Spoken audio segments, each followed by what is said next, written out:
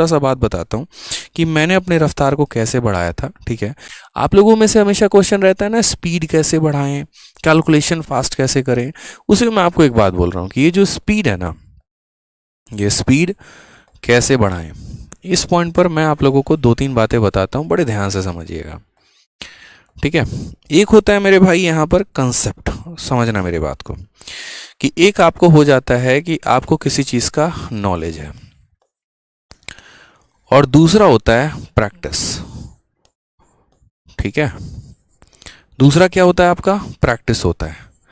ठीक, अब मेरे भाई ये जो है ना, स्पीड कैसे बढ़ाएं, ये नॉलेज से कभी नहीं बढ़ता, कभी नहीं बढ़ता। और ये जो स्पीड है ना, ये डायरेक्टली प्रोपोर्शनल है पेपर में आपके अटेम्प्ट के। आपका स्पीड जितना होगा पेपर में उतना ही अटेम्प्ट करके आओगे। स्पीड कम रहेगा, पेपर में अटेम्प्ट कम हो जाएंगे।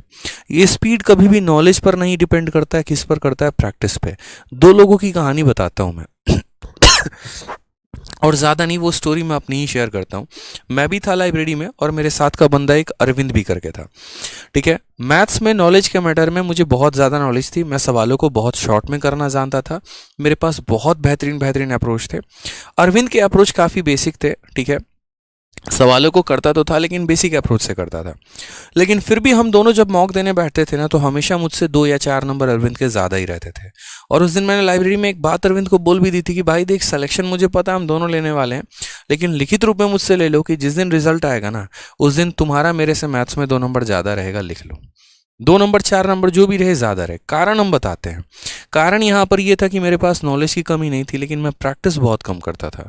मैं मेंस के 3 मॉक लगाऊंगा ना, तो अरविंद ऐसा खतरनाक बंदा था कि वो मेंस के 5 मॉक लगाएगा। यानी उसके पास थोड़ा सा कम नॉलेज था, लेकिन उसके पास प्रैक्टिस बहुत खतरनाक थी। वो दिन भर मेरे भाई क्वेश्चन पे क्वेश्चन, क्वेश्चन पे क्वेश्चन लगाते रहेगा। कई सारे रफ कॉपी भर देना, ठीक है, अड्डा के लेकर आओ, पूरा एकदम प्रीवियस ईयर के सारा कंपाइलेशन लगा रहे हैं। ये मॉक खत्म कर दिया, वो मॉक खत्म कर दिया, तीसरा मॉक खत्म कर दिया, मतलब खत्म पे खत्म किए जा रहा है। ठीक है, इतने क्वेश्चंस पे क्वेश्चंस लगाए जा रहे हैं ना, तो इसकी कैलकुलेशन ऑटोमेटिक फास्ट हो गई। अब जो बंदा यार 4 अंकों को 4 अंकों के साथ भिड़ाएगा, 3 अंकों को 3 अंकों के साथ भिड़ाएगा, तो मेरे भाई उसका तो जाहिर सी बात है कैलकुलेशन अच्छा होगा। अब बच्चा चुपचाप ऐसे हाथ पकड़ के पूछेगा, सर कैलकुलेशन कैसे स्ट्रांग होगा? तुमको यार 20 तक का टेबल नहीं आता है, क्यूब नहीं आता है, स्क्वायर नहीं आता है। फिर ऐसे कितनी बार तुम यूट्यूब पर सर्च कर लो, 50 टॉपर के वीडियो देख लो, 100 लोगों के पास भटक के चले जाओ, गाइडेंस ले लो कि कैलकुलेशन कैसे बढ़ाए, कभी नहीं बढ़ने वाला।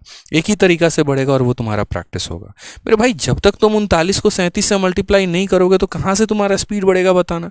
पता तो होना चाहिए ना कि मल्टीप्लाई करने पे क्या है। अब बेसिक अप्रोच लगाओगे तो जीवन भी वैसे ही होगा ना, बेसिक सा। और आज यही कारण है कि हम दोनों एक्साइज इंस्पेक्टर सेलेक्टेड हैं। मैं भी एक्साइज इंस्पेक्टर हूं, वो भी एक्साइज इंस्पेक्टर है, और उसको अपना मनपसंद शहर मुंबई मिला जहां वो चाहता था।